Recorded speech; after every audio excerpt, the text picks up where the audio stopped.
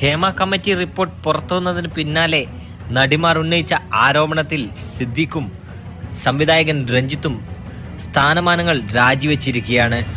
സിദ്ദീഖ് മോഹൻലാലിന് എഴുതിയ കത്താണ് പുറത്തുവന്നത്. എനിക്കെതിരെ വന്നുകൊണ്ടിരിക്കുന്ന ആരോപണങ്ങൾ താങ്കളുടെ ശ്രദ്ധയിൽപ്പെട്ടു കാണുമല്ലോ. ഈ സാഹചര്യത്തിൽ അമ്മയുടെ ജനറൽ സെക്രട്ടറി സ്ഥാനത്തു നിന്നും ഞാൻ സ്വമേധയാ രാജിവെക്കുന്നതായി താങ്കളെ അറിയിച്ചു കൊള്ളട്ടെ.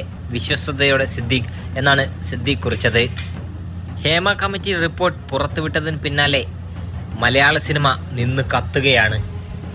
റിപ്പോർട്ട് പുറത്തുവന്നതിന് പിന്നാലെ നടത്തിയ വാർത്താ സമ്മേളനത്തിൽ സിദ്ദീഖിനെതിരെ വലിയ രീതിയിൽ വിമർശനങ്ങളും ഉണ്ടായിരുന്നു. അതേസമയം ബംഗാളി നടി ഉന്നയിച്ച ലൈംഗികാരോപണത്തിന് പിന്നാലെയാണ് ചലച്ചിത്ര അക്കാദമി ചെയർമാൻ സ്ഥാനം രാജിവെച്ച് രഞ്ജിത്ത് ഒഴിയുന്നത്. റിപ്പോർട്ട് വന്നതിന് പിന്നാലെ കൂടുതൽ ആരോപണങ്ങളുമായി നടിമാർ രംഗത്തെത്തിയിട്ടുമുണ്ട്. ഹേമ കമ്മിറ്റി റിപ്പോർട്ട് പുറത്തുവിടരുതെന്ന് ഇത്രയും കാലം പറഞ്ഞതിന്റെ കാരണം ഒരുപക്ഷെ ഇതുതന്നെയായിരിക്കാം. കൂടുതൽ വെളിപ്പെടുത്തലുകൾ മലയാള സിനിമയിൽ ഉണ്ടാകുമോ എന്ന് നോക്കിക്കാണുകയാണ് മലയാള സിനിമാ പ്രേക്ഷകർ.